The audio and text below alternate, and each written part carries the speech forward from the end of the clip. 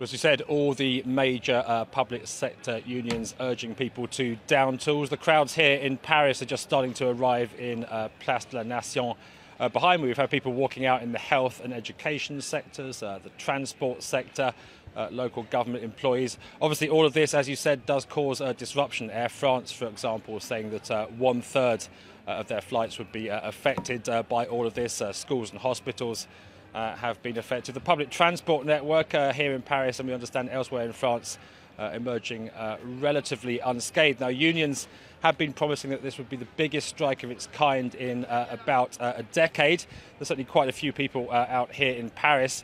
Figures hard to come by, however. It kind of depends who you believe. The authorities saying 55,000 people walking out and out on the streets, and organisers claiming up to 400,000. Chris, is this the same as those protests that were held against the President's labour law reform?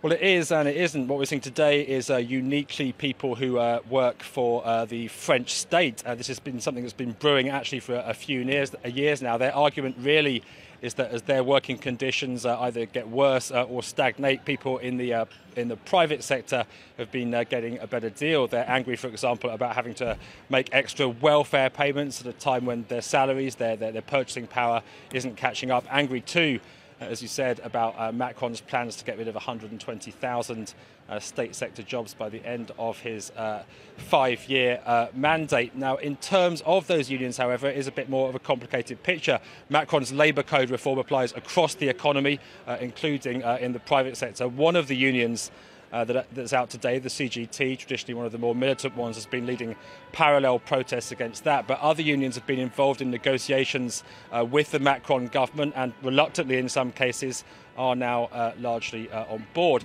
Obviously, the French government will be watching all of this very carefully. French history is littered with examples of administrations, politicians being forced to back down on economic reforms in the face of pressure from the streets. And as such, the French government, again, despite some of Mr. Macron's more aggressive language of late, which hasn't impressed many people here, is treading relatively carefully and promising more negotiations with unions in the coming weeks.